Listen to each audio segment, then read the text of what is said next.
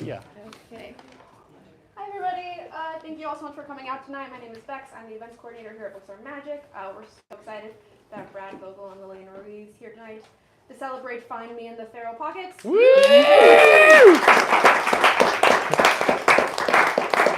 Before we get started, just had a few quick logistics to go over. We'll be doing a hand-raised Q&A at the end of the evening. So if you have questions, hold on them tight. We'll get them answered. After the talk, Brad will be signing and personalizing at the table you checked in. We'll let you know where to line up for that. If you're joining us in the live stream, you can buy a book in the link in the live stream description. So do that. If you're here, you can buy books from us. Please buy all of them so we can order more. Find Me in the Pharaoh Pockets, the reason we're all here tonight, provides an amphibious tour of a peculiar New York City neighborhood and transition with the Gowanus Canal, reflecting hardships and catharsis. Gowanus comes to life through an array of lenses, from floating condoms to street-end weeds, from resilient fish to unknown organisms in the polluted muck. A weird world is found to be worth noticing and worth loving. Brad Vogel, star of tonight's show, is the author of poetry collections Find Me in the Pharaoh Pockets and Broad Meadow Bird. His writing has appeared in Smartish Pace, Freshwater Review, Eel Pit, Sizzle, and the New York Times. Brad coordinates the NYC Poets Afloat residency and reading series aboard ships and runs both the annual Gowanus Dawn Reading as part of the Brooklyn Book Festival coming up soon, and the poetry series Gowanestasia.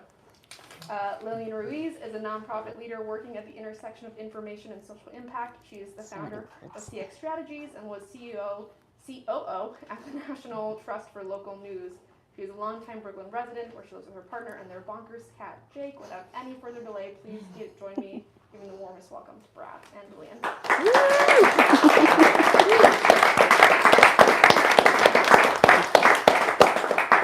All right, show's over. I think this took long enough.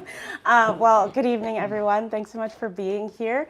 In addition to all of those things, I am a Gowanus enthusiast, and that is thanks in part to Brad himself. So tonight we're hoping to take you through, various curiosities and meanderings. We might break the rules once or twice and ask you guys to chime in with some thoughts if it doesn't rock any boats. But I'd like to turn it over to Brad, tonight's author and poet, to actually give us your own little intro about the book and take us through our first story. Sure. Or first poem. Sure. And which one do you want first? There's so many.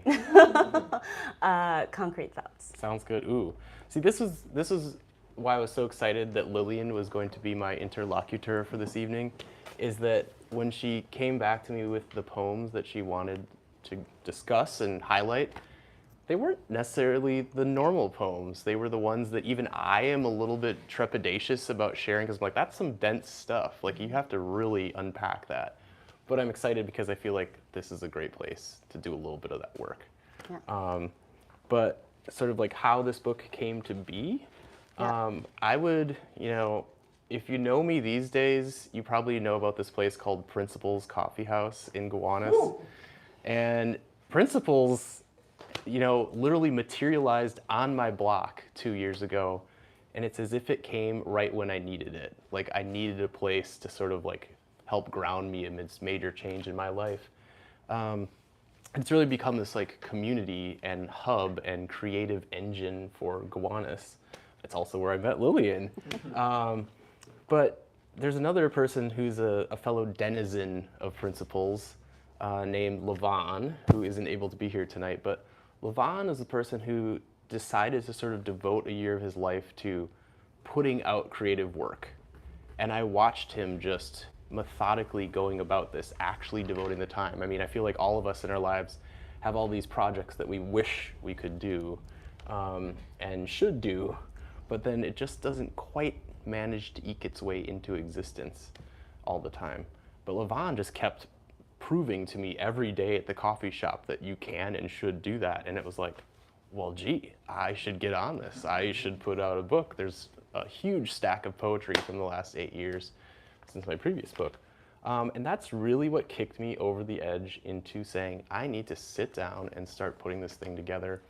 And having lived in Gowanus for 8 years at that point, there were a lot of Gowanus poems, but very different, as you were mentioning.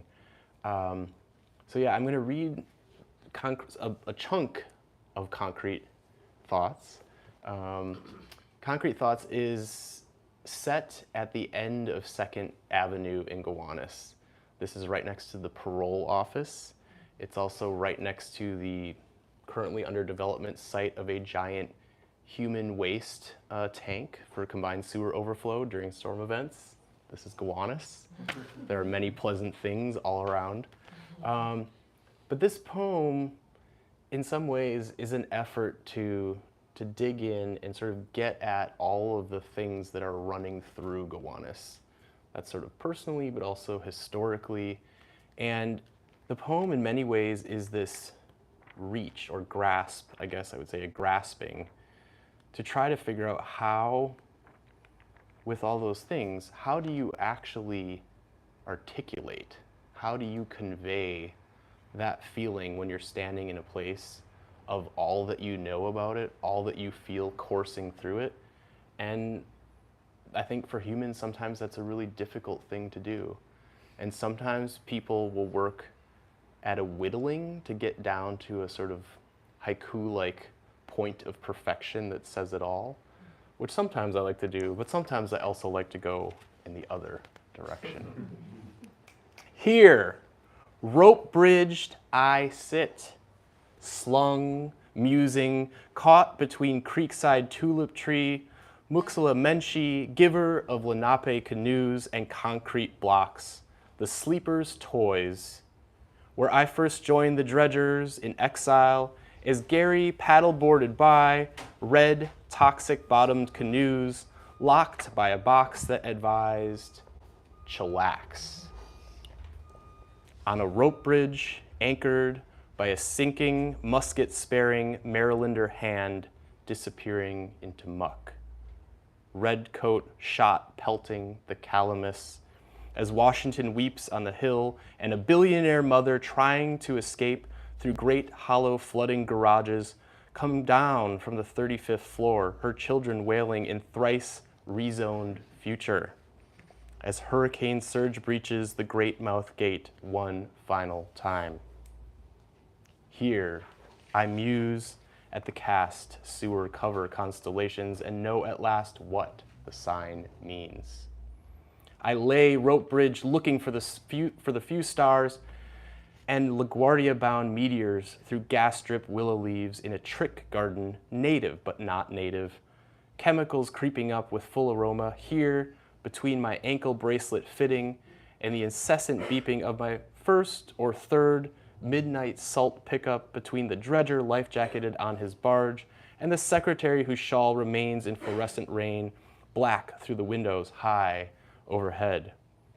Here, between full-leafed trees of heaven and their dying branches, between chained SS Oops and sad coffee break benches, between sleeping buses, tourist red and orthodox yellow, and a glacial outwash plain, between tugboats bulling, between belabored barges, and a kid on his bike with a camera and nothing better to do. Egret rouser, gosling noticer, laugher at fences, hearer of ever-rushing water somewhere deep below, absorber of cyan glow of great towering future tide clock. Between heavy June twilight and the hard all sumac rise of a February dawn. All these rope bridges I cross at once, at risk, intersect in me, radiate out from me, undulates of some strange time-spanning extremophile tide, rays working out slowly from some dark Gowanus sun. I hold these rusted green railings and walk across in all directions.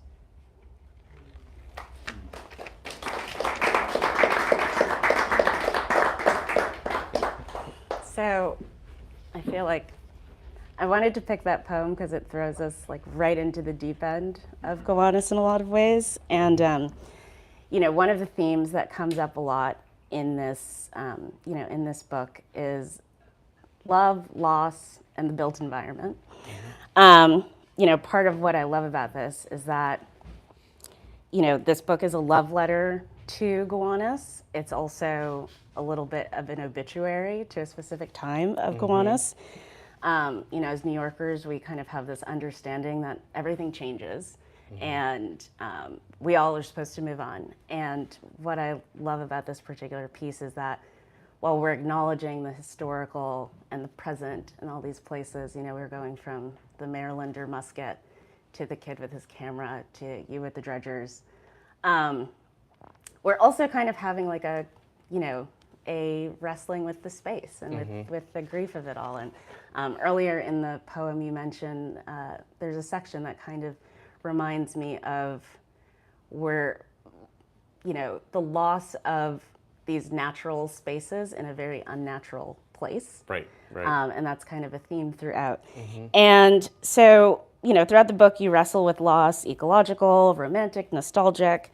And I'm curious about, your thoughts on how the changing environment kind of impacted your memory, sense memory, and, how that comes to life in that poem and in other areas of the book. Yeah, no, it's such a great point. And like Gowanus certainly is a place almost perpetually since I've been there on the brink of something, of many things. And I do think that's, as you're pointing out, sort of like, what does that do to you? How does that inspire or work into your creative practice? And I would say that because every single thing that I could see on any of my given morning walks or nighttime sojourns, every single thing was always at risk. You pay so much more attention to it because you know it's about to go. And so you watch. And for me, you sort of archive and you document. And like this book in many ways is that effort. And that's why the subtitle of the book, it's Find Me in the Feral Pockets, Poems from the Gowanus Interregnum. Interregnum meaning between two kings, between reigns. So I do view this book as sort of capturing or attempting to capture this weird intermediate space between what I would characterize as sort of old, more traditional Gowanus, which was up to that point a sort of industrial manufacturing-based area with ethnic neighborhoods primarily around it, and then changing over to the reign of, I would say, hyper-gentrification, to use the term of Jeremiah Moss, if you look at what's going up in the neighborhood now. But I do feel like from about 2016 to 2024, we've been living in this strange intermediate time that isn't really fully one or the other. It's a bit of both. And so the book sort of wanders through that strange purgatory, if you will. And I'm just, before we go on, I'm curious how many of the folks in the room live in the neighborhood or are familiar with wellness? Okay, good. A good chunk of you. Great. So we can just go into the intermediate level then. And for those of you who don't live in the neighborhood, buckle up. We won't hold it against you. So one of the things we talked about earlier, when we were talking about today, was, and you started to address this about how the changing space impacts your creative process. But I was also really curious about, we also talked quite a bit about loss when we're losing spaces. And, you were mentioning that in some ways the book gets seen as more sentimental than it is, and that it's actually reflective without being sentimental. And I was hoping you could kind of take us a little bit through that process. No, I mean, there was definitely one instance where someone referred to the book in some public description as sentimental poetry, and I was like, ooh, oof. But I thought about it for a while, and I thought, why is it referred to as sentimental? And why is it sentimental? If I should I reclaim that term and just roll with it and ride with it?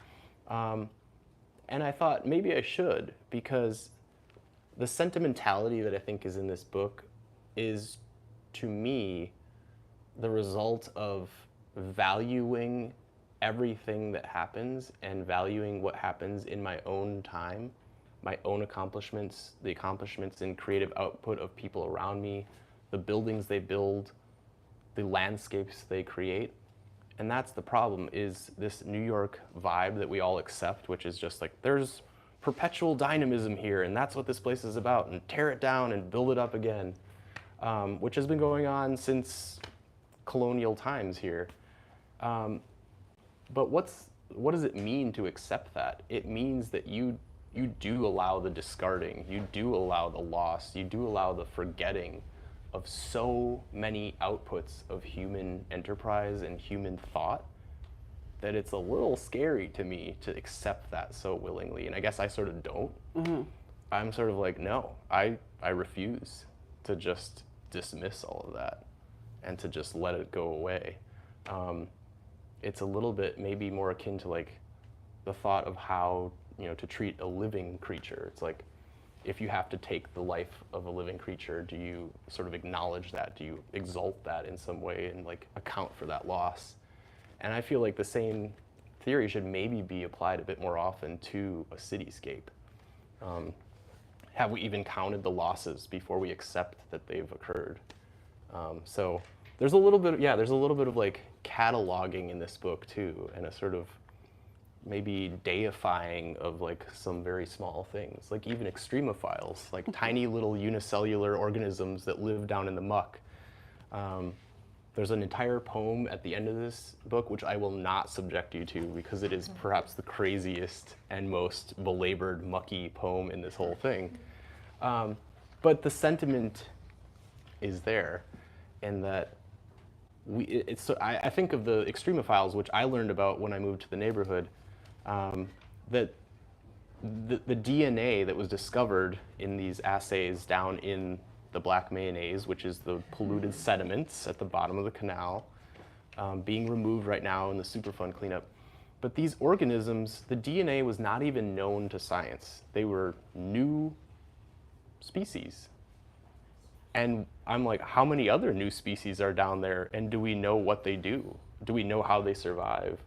Do we know why they're able to survive under these circumstances? And the analogy for me was right away the rainforest, because I remember certainly as a kid hearing about how a given acre of rainforest had all these potential medicines or other chemical compounds, what have you, and we were losing it faster than we could even catalog what we were losing. So I felt very much the same about the extremophiles. It's like, we're going to clean up the canal, but like, do we even know what we're eradicating? Mm-hmm. So on all of these levels, I think my poetry is trying, sometimes in a make a crossbow bolt and fire it at an oak board, and like, I want there to be punch, I want there to be like power in that minimal like recollection of something or capturing of something. And sometimes it's this more sprawly, Whitmanic, sort of rococo, like throw it all up there and make like a wild, like German Baroque altar pulpit piece of it that people are really wowed by, or it really strikes them and you remember it. So anyway, that's a lot. No. It's perfect. It's everything, because it actually tees up the next song on my playlist, which is Carroll Street Haunt is another of my favorites. And what I love about it is, one, the building that it's about no longer exists. Correct. But it does kind of speak to, I think, a lot in a surprisingly comical way. Mm-hmm. And there's quite a bit of surprising dark comedy throughout the book. Exactly what you're talking about, these places, these spaces, imperfect as they are, that are kind of monuments to imperfection in and of themselves, and we're losing them, and they're getting excavated out and not really replaced. But you're talking about buildings. I thought you meant this monument of imperfection. Yeah. No, you'll never be scrubbed from my heart. And so to that end, I would love for you to read us Carroll Street Haunt. Okay, I will give you de minimis context for this one, just because it is pretty crazy if you have no context at all. I don't agree, but go ahead. Okay. All right, let's just say that there once was a building that stood near the historic Carroll Street Bridge. It was a large, nondescript brown building. It had a red neon sign up above. And that red neon sign for a plumbing company, some of the letters burnt out over time. But it was in its own way, in my early times in Gowanus, very iconic, very much a landmark, even if it was to no one else.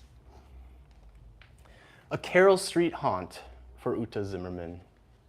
When rambling soused down Nevins, be sure to rub your eyes and look at code emblazoned across the night, blaring, Alex Iggle, ah, la look. Perhaps it's just the pale ale talking, or some scrap of a long-lost book. But no one's sure of these blood-red words, yelling, Alex Iggle, ah, la look. I thought it a mirage of miasma, hovering from canal's rank crook, sneering, skipping blue rivets toward me, chanting, Alex Iggle, ah, la look. Street stones swirled beneath me. I squinted hard. My body shook. Only a strong rope could save me now from hissing, Alex Iggle, ah, la look. Letters dwarfed the food trucks now. Harsh letters strangely took puffed form of a great night frigate bird croaking, Alex Iggle, ah, la look. Pressed by this crimson throat sack, sweating, reeling so forsook, I stumbled as the street lights flickered, wailing, Alex Iggle, ah, la look.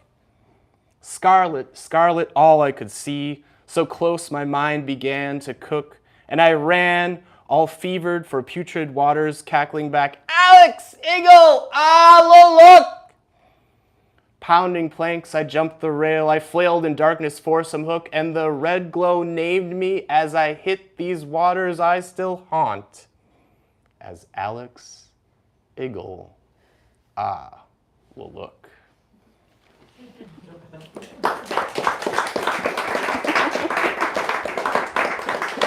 So there's a fish queen in the Gowanus Canal. There's also, a demon. Yeah.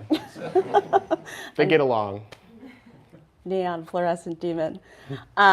Well, so one of the things that I'm sorry, I keep saying one of the things, all of the things. Yeah, clearly I don't have a ton of discernment because I love it all. But what caught me, I think, a bit off guard in a good way with this book is, some of the sources of inspiration, some of the things that you focus on, they sort of remind me of, in the 60s and 70s, there was this Italian art movement called Arte Povera. And it was about taking taking materials and structures and things that were not used in traditional art or architecture or sculpture and making, Right. new, transformative, innovative things. It usually ended up being a lot of piles of things. But the idea was, what can you create without constraints? And I feel that with poems like Carroll Street Haunt and a few others, you do this really, really good job of kind of taking the ephemera and the detritus of Gowanus and mixing it up with the ephemera and detritus of your own vulnerability, your own emotions, your own reckoning with, like we've talked about before, love, loss, confusion, all of those. You could say breakup. Breakup, whatever. But so it creates this really, really fun emotional palette that is not, especially even how it's ordered, it's not really how you're used to experiencing, I think, a poetry book. And that's actually what I love about it, because it creates this really fascinating emotional palette. But it's also, you've got some darker tales and so on, but it's also very funny and darkly comic. And I feel like one of the readings that is really high on the list for me in terms of that dark comedy is Questioning a Gowanus Whitefish. And, I think, and I'd love for, after we kind of talk about it, I'd love for you to read from that. But Questioning Gowanus Whitefish, Mama Chog, and a few others they're funny and they're comic and they're also kind of sexy and sexual, and I don't think anyone associates that with the Gowanus. Right. So my first question is, how did we get there? And then if you could read a little bit from Questions for Gowanus Whitefish, that would be great. Absolutely. No, that's such an interesting question because, yeah, how did we get there? How is there sexiness in this book at all? You know, I don't know. But I think in part the answer is that there's life in the Gowanus Canal.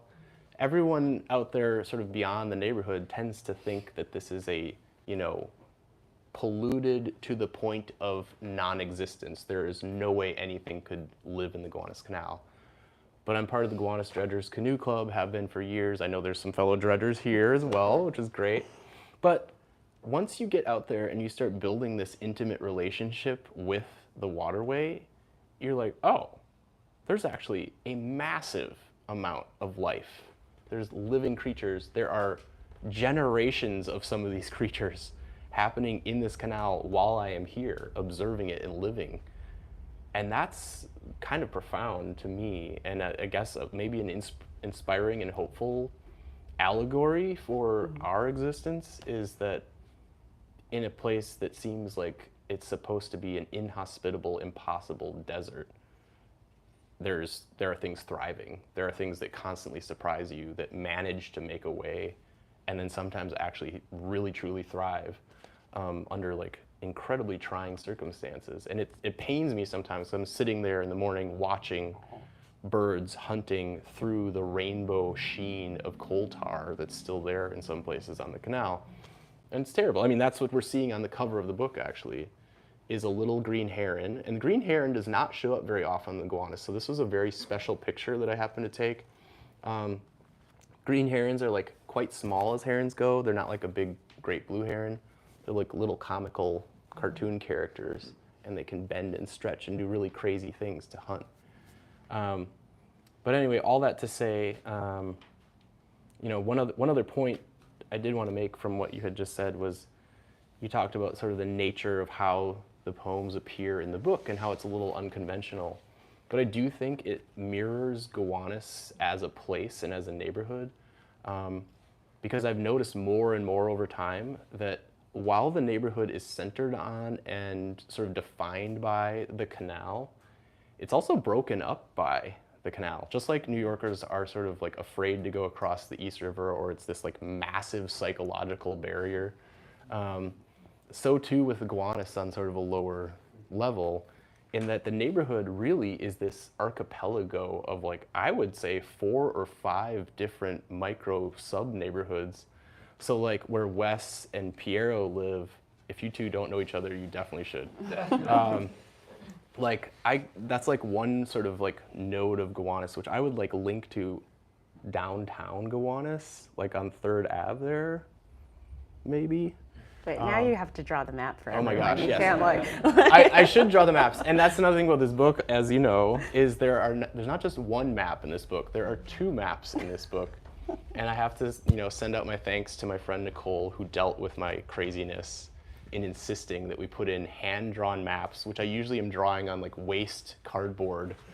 And she's like, this is the most difficult thing to extract from. Why did you do this? Please stop doing this. But there's a map in the front where I gave myself the task of trying in about 2.5 hours to just generate my map, my mental map of Gowanus, which means that nothing is really to scale. There's no clear sort of lines or like categories of inclusion. It's just throw all the spaghetti on the table and this is what you get. And what page is that on? Just for folks who have the book with Yeah, them. that's like within the first 5 pages.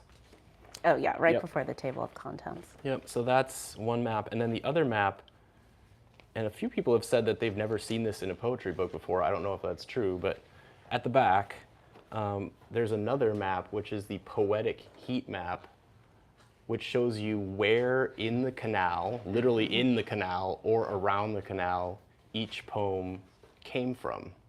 And so that's like, when I think about that poem, what am I thinking about? Or where was I when I actually jotted the notes or wrote the poem itself? To try to like show you how the book gets generated. But, and speaking of which, Questions for Gowanus Whitefish apparently was like right off of 1st and 2nd Street. Yeah. Yes, in the canal. Questions for Gowanus whitefish. Now, does everyone know what a Gowanus whitefish is? Or maybe you've heard of a Coney Island whitefish? That's the more famous one. Yeah, this is a subspecies. Questions for Gowanus whitefish for Gary Francis. Well, hello there, Gowanus whitefish. What stories do you tell tonight? What floating tales of interactivity? Did you come from a penthouse lair? From a public housing project stair? From a place of hope, a place of despair? From whence were you flushed, you and your neutrally buoyant brethren? A school of magnums tickles our paddles heading harborward. Were you the evidence? Were you broke? Were you fulfilled? Unifiers, speak. Burble up, naphthalene helixes. Uniters, used, undoubtedly fucking our waterways.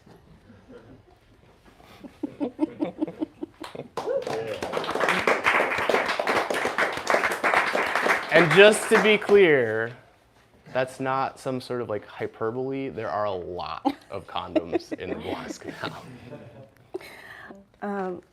Well, yeah. So, yeah, there are. Sorry, I just had like a mental image and I needed like a pause. But yeah, so like I was saying, I mean, that one, Mama Chug, and I just had, while you were reading, I had to look up. I think it was written while standing drunk just now on Carroll Street, which all kind of have this, like I was saying, this fascinating kind of surprisingly luxurious approach to them, despite some of their subject matter. Yeah. And before you go on, I will say, because he happens to be here, my friend G. Leon Ko, poet who's here in the audience, I would blame you in part, G, for challenging me for over a decade now to be more open in my poetry and to allow the fact that, like, oh my gosh, I might have a sexual side to occur in a poem. So thank you for that, because I do think it makes for better poetry. And while we're, I think there are two poems that they are back to back, and that I would love to go through as we're thinking about, people as sexual beings, as loving beings, and so on. And, you mentioned earlier, we can talk about the breakup. And I would love for you to read us through one of my favorites, which is A Postcard I Cannot Write, which is not explicitly about Gowanus, but as we can see in the map, it takes place in and around. And it's one of my favorites, and it's very brief, and I'd love for you to read us. Sounds good. Yeah, and then. Do you want me to read the predicate poem? Oh, yes. Yeah, I can do that too. Wonderful. It's okay, now buckle up, because this one, you thought Concrete Thoughts was long, this one's long. It's epic. Carcinogens and shit and New York City. Why canoe this cess? Why does one's soul here beg such chemotherapy?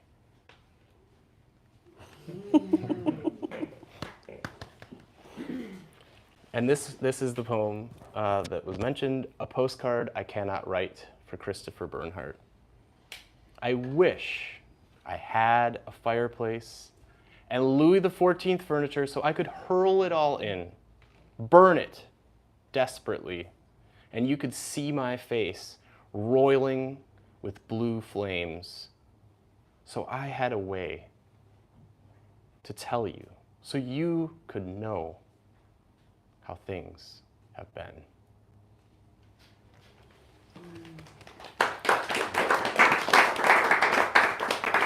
And I should say, there have been multiple breakups while I've been living in Gowanus, just to make sure you don't know who that's about. So we did just get the flashing light that it's Q&A time, but really, really quickly, the process of creating this book from just like you were saying, Levon, Nicole, all of these folks, and even your first several readings were really these community collaborative things. And I just was hoping you could just talk like 2 minutes about just the process of actually bringing this thing to life and distributing it and everything. Right. Yeah, and I mean, I will say that I think I saw in my time in New York so many, myself included, who were stymied by the usual way.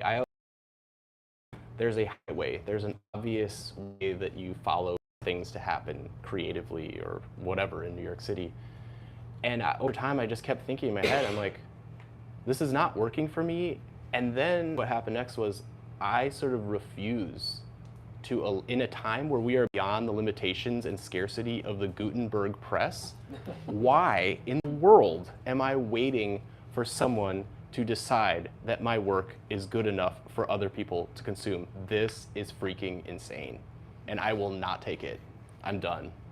And I kept saying, if this is the highway, I am going to off-road and go climb the goat path up over the crag that runs alongside the highway, and I will still get to the destination. I am just going to do it my own way.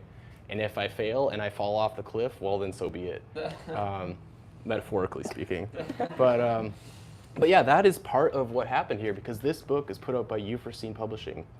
Euphrosyne Publishing is basically my publishing house that I have created to put my works out. It's put out a couple books now, and this book got written up in the New Yorker. I'm like, I don't know what to tell you. Do your thing. If you have a creative project out there, and I know there's some people in this room who have also taken this advice, which I think is incredible, but like, do the thing. If you're blocked, go another way. If it's singing in your heart, get it out there by any means. Our lives are short. Like, throw that thing out there with reckless abandon if you have to, and like suffer the consequences, but do it, risk it, absolutely go for it. So. Well, those are wonderful last words, not those last words, but you know what I mean. And we will open it up for questions. Thanks for hanging out through this Spotify playlist of poetry for the afternoon. And thank you for the curation, Lillian. Yes. And yeah, any questions, comments, queries? Nothing to. Kyle. Obviously, these poems have been generated over the last 8 years, all with this seemingly really singular focus on Gowanus. Did you know at any point along the way that this was going to be part of this bigger collection or project? Or did it kind of come to you? Mm-hmm. Or after 8 years, were you like, I have a lot of poems about Gowanus, I should publish a collection of poems about Gowanus? It was mostly the lattermost item where, in looking through, literally there is a stack, like a huge stack of poetry from the last 8 years. And I realized there's more than enough here, because there are even more poems about Gowanus that didn't make the cut. And that was really the way that I shaped it up. I'm grateful to some friends who helped me sort of look through and say, that's too duplicative, this is exactly the same theme, like whatever, trying to shape the collection. It's interesting because I feel like when I was a teenager, I would write poetry that I did not want anyone to know about. So in my first book, there's even poems where the pronouns are different, where I use she because I literally was so terrified that people would find out I was gay when I was in the closet that I like would do that, which I think is a really important insight for literary scholars. Like, I read a lot of like Walt Whitman scholarship, and I'm like, I don't think this scholar has been gay in the closet, because if they had been, they would be looking at this in a very different way. I think I see what's going on here. But all that to say, that was my approach back then. I think when I was writing these poems, conversely, like 2016 onward, I probably had more of a sense that some of these might end up in a collection, or that I wanted them to be for public consumption to a much greater extent. But early on, it wasn't a coherent thing. It was really just in the moment. And I guess I will quickly say, because I know Lillian and I had talked about this in the lead up to this, is that some poets go out there, and I think there's a variety of ways to be a poet, but some poets are much more, I will allot time, I will go into my workshop, and I will like craft my finely dovetail jointed like chest for presentation. I'm much more, Dora the Explorer with my little backpack on, like romping around through life, and my like Ben Franklin kite flying above me, just waiting for lightning to strike. And when it does, it's like, "Wah," and I'd have to like get the pen and stab it down and like hope I can scrawl out the poem. And whatever that is, to me, is among the most valuable things that I can encounter or experience in life. Like that is what I live for in large part, because that feels like the real, the true real. Which is also why I, for years, was so resistant to editing. It was not even funny, and probably to my great detriment. But I still think that when editing, one must do their best, in my case at least, to respect that original sort of undiluted, like lightning strike sort of prescience. Like that is the sacred that's at the heart of a poem, or why a poem is even worth sharing. So anyway, yeah. I love that. I thought I'd seen a couple of other hands before. Maybe I. Will. Yeah. Hey, thanks both of you guys. It's really, really lovely to talk about. But I'm really interested in the sense of place and a built environment. And clearly, just like looking at your map, your sense of place is so dense around Gowanus, and there's so many thoughts and observations and feelings you have around there. And I'm curious how you kind of landed on Gowanus and almost made the choice to become immersed in it and find yourself in it all the time and inspired by it. Like, what is it about the place that continues to draw you in? Yeah, it's a great question. I mean, the thing that originally drew me was an article. I was actually at Lavender Lake for a birthday party before I even knew what Gowanus was. Like, sort of like arrived there in the dark in a car and left, and didn't realize until later that I had like been in Gowanus. I liked it, but it was really reading an article about the Gowanus Dredgers Canoe Club, and I thought, who in the world are these people? They sound completely nuts, but it also sounds really fun. And I started looking at Gowanus, and then I realized like there's the water element, there's the history element, there's the sort of hybrid element of on so many fronts of like humans interacting with water, and that interface seems to characterize and color everything. And like, I am a Pisces, and so I knew it. yes, you suspected right. But yeah, I have to say, there's something about that. I do love being able to see the water, be in the water. The Gowanus Canal to me is like Monet's paintings. Like, you can go back to that haystack or that cathedral face or that, you know, lily pad covered pond and the bridge like 1,000 times, and you will always catch it in different light. You will always see something different. The hues will in fact be somewhere different than they were before. And I guess I'm endlessly refreshed by that. Like, every morning when I get up and I go back to John's Deli and I get my little bottle of Frappuccino from the bodega and I go walk around, I'm excited. Like, there's a thrill in the air because I'm like, I have no idea what the canal is going to present today. There could be a dolphin today at long last. I don't know. So I would say that's a big part of it, and the layering really, like in concrete thoughts, like the fact that when you're in a place in Gowanus, you are at this crux / archaeological strata that is so complex that like you can't even begin to like pick at all the parts of it, and then so it overwhelms you, but you're feeling like you're living in this kind of like hyper state because of all of that. Like you feel there's an extra glow, and I know that sounds ridiculous in Gowanus sense, but like I think there is actually this sort of extra sense of place there. It's also been a defined place through 400 years, like from the Lenape times onward, like at least as how that name, and I think there's still a lot more work to be done on precisely how that name came to be. But even so, that name in some form or another has been associated with that place for 400 years, and it has remained different than other places. It has remained some sort of distinctiveness, and that to me is also really interesting in this city. So, you know. I love that answer, but I think the thing that actually stopped me in my tracks was that you're the first person I know who's ever been inside of John's Deli. So. It's great. It's great. It's great. Yeah. They have tables. Yeah. Do they? They Oh, do. yes, right in the front. I do see the guys in there. Sorry. I was curious as a poetry newbie. I don't know very much anything about poetry. But as you were writing the poems in this book, how much of your process was trying to just capture something for yourself that you were feeling that you needed to define versus trying to communicate something to the people who might eventually read these poems if you did ever share them? Because I think like a lot of art is about communication, but words are often very imprecise. Yes. And I'm sure when you read one of these poems and when I read it, we have very different experiences.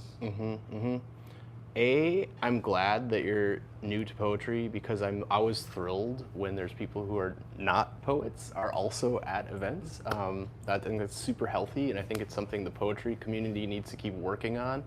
Is like poetry is not just for other poets. Like Mirror does not just need to look at Mirror. It's a wider circle for sure. And the question is great because I don't know that I have a set answer to it. I do think it's highly nebulous. Like if I think about being inside my own mind, frightening thought, it's extremely fluid, and it's like many different arcs sort of intersecting when the decision is made on what word is to be put down. And there's a lot of dark matter. I think there's a lot of things that are in the subconscious that are in play helping to make that decision that I can't even articulate to you. But from what I do know, I would say first and foremost, it is for me, as me the poet, getting down what that lightning strike was. Like that is the most important task because it's almost oxygen mask. Like you must get your oxygen mask on first before you can help others. You must get the essence of the lightning down before you can begin to even hope to get that meaning or that beauty out to others. So I think that's probably the closest like I can get to an answer, is that like unless I'm able to like really capture it, I can't get it out to other people or work on it such that it becomes more intelligible for other people to get at the essence of it. Cool. Yeah. Do you feel like this is like, there's probably a lot of history to fill in, but like it feels like there's a mirroring, from what I'm understanding, between like what you're talking about a past state of Gowanus, a new state of Gowanus, the fact that and despite that, like it's almost like those are like two lives. And even the fact that despite all this toxicity, like all of this kind of like beauty can come out of it, it sounds a little bit like a mirroring of your personal experiences in your life. Yeah. Is that a fair reading of this, or do you think it's not that simple? But I find it kind of interesting. There's a couple of things you picked out. I'm like, this place. Yeah. It's almost like it's mirroring that. Yeah.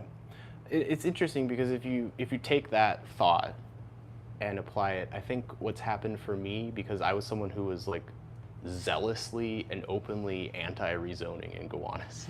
Like, it's there in the record. But I actually do, and I think some people think this is sort of impossible in the civic arena, like you like stake your pike down in the ground so hard that you can't possibly have any other thoughts. And I'm sort of like, well, I'm not stupid. I know that some of the people who will move into these new buildings will get it. And despite the fact that they will be living in a wildly different and much more sterile environment, they will actually want to hold on to the interestingness, the weirdness, the distinctiveness. And there's a tiny bit of me that is very excited and intrigued to find out how that goes and to see to what extent that actually is able to make its mark on this now radically changing place. So I guess in terms of like, oh yeah, and I see we should probably wrap here, but so I'm going on. Oh, yeah, we can take one more question after But that. yeah, I think it's a great point. Because yes, I do think that like the book is a lot of catharsis in a lot of ways. It's looking at a life that, I think has broken many times, and seeing that despite that, and really inspired by this, like, the canal has been maligned and abused as it can get, and yet life persists. Life finds a way to thrive. There is hope that somehow there can be, whether through natural means or through human intervention, there can be redemption of the place. And so, yeah, there is physical hope in that for one's own self and one's own psyche, perhaps, soul. Oh, so last question. Okay, no pressure. Ooh. But no, kind of going off of what you were just talking about, I am really interested in how places change people. So I think so much of Gowanus, I don't live in Gowanus, but I've spent a lot of the Yes. last 6 years in Gowanus. I know Liz from the Adventures, like, big fan of everything Gowanus. So much of the conversation is about how, like, humans have really changed either like the waterways or the impact there, but you also talk a lot about the people with, that you personally know in this space.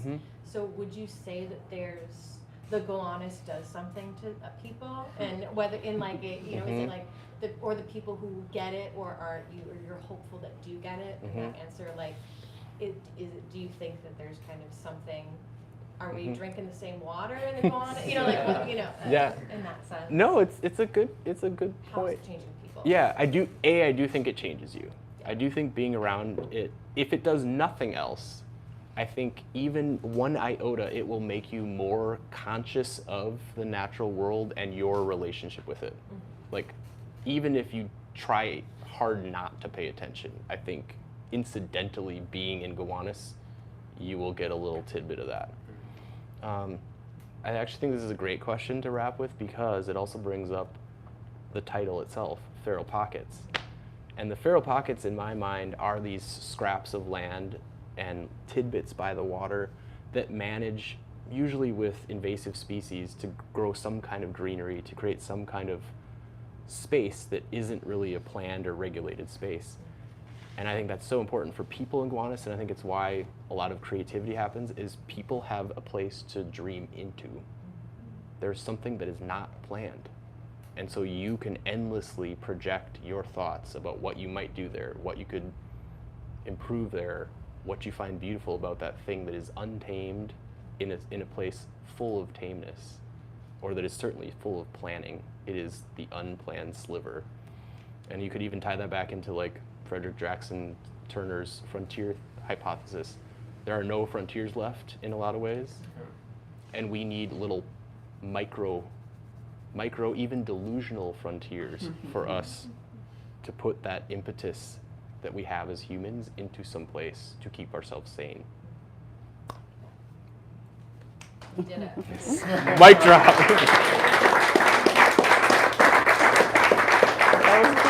Thank you. Thank you all so much for coming out tonight. Thank you to Brad and Lillian for Thank you. joining us tonight and having you here. Brad will be signing books near where you checked in. We'll have you line up against this cookbook wall. If you're with us in the live stream still, you can buy a book in the link in the description.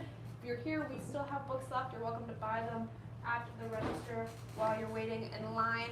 We do ask that you wait to congratulate Brad until after signing line, just so we can get that started. We do start to clean up pretty immediately, so grab your belongings, and thank you so much for coming out. And thanks, Books Are Magic. Thank you.